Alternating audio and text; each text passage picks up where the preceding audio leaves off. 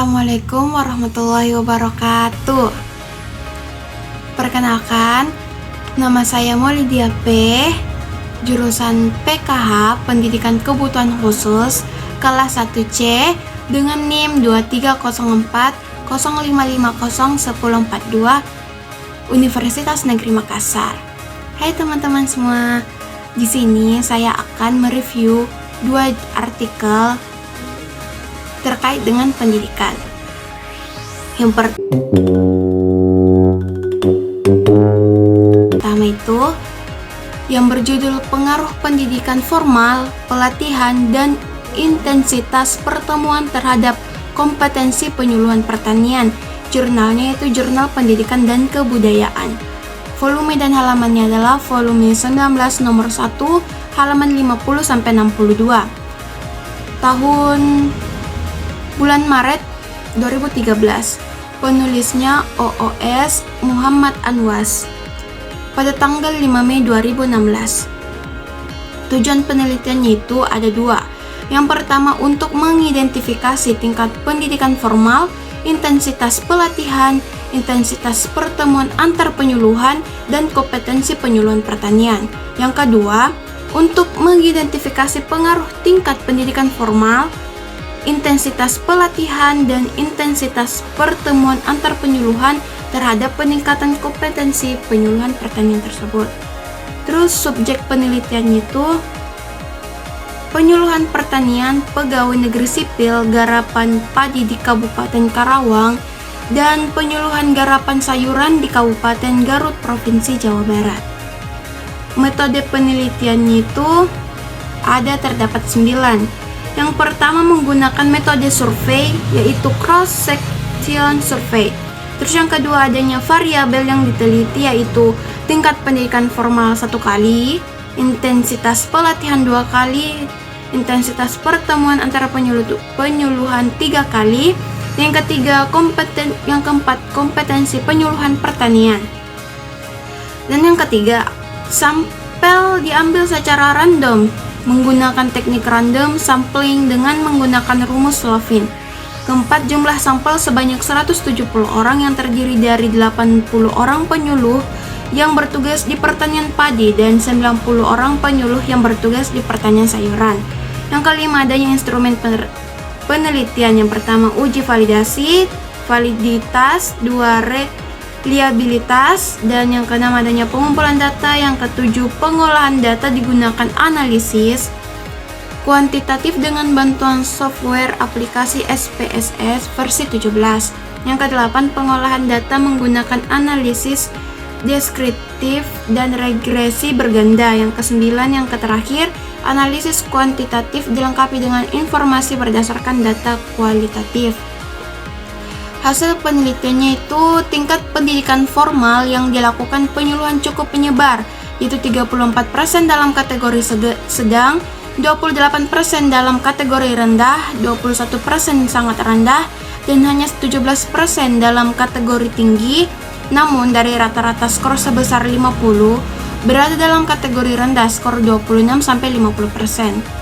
Yang kedua, intensitas pertemuan antar penyuluhan. Sebagian besar 78% dalam kategori tinggi, begitupun rata-rata skor sebesar 93%, yaitu ada dalam kategori tinggi skor 76-100%. Pertemuan antar penyuluh ini rutin dilakukan sebulan 2 kali. Tempat pertemuan dilaksanakan di tingkat kecamatan masing-masing atau kadang-kadang di tingkat kabupaten. Kelemahan pada jurnal tersebut yaitu perlu dilakukan penelitian atau kajian lebih lanjut dengan mengkaji variabel yang lebih luas dan kajian teori yang mendalam dalam menemukan variabel-variabel yang lain diduga berpengaruh signifikan terhadap kompetensi penyuluhan pertanian. Dan kesimpulan mengenai jurnal tersebut adalah yang pertama, tingkat pendidikan formal yang diikuti penyuluhan setelah menjadi penyuluh PNS, pegawai negeri sipil, tidak cukup signifikan berpengaruh dalam membentuk kompetensi penyuluh pertanian. Yang kedua, intensitas mengikuti pertemuan antar penyuluhan yang tinggi berpengaruh signifikan terhadap kompetensi penyuluhan pertanian.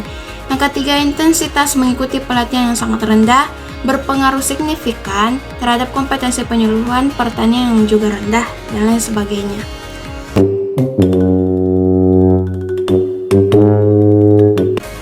Jurnal kedua yang berjudul Efektivitas Terapi Menulis untuk Menurunkan Hiperaktivitas dan Impulsivitas pada Anak dengan Attention Deficit Hyperactivity Disorder, yang judul jurnalnya Empati, Jurnal Fakultas Psikologi, volume dan halamannya